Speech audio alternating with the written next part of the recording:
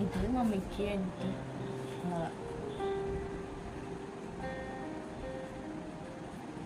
രക്ഷാബന്ധൻ. മമ്മിക്ക് മോളുടെ വക രക്ഷാബന്ധൻ അല്ല.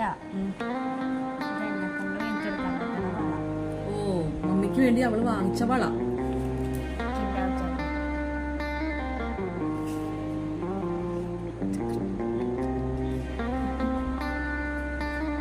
എന്റെ മോള് മമ്മിക്ക് വേണ്ടി കിൻഡർ ജോയ് വാങ്ങിച്ച് നേടിയ അബ്ബാദ്യം മമ്മിക്ക് വേണ്ടി തന്നു.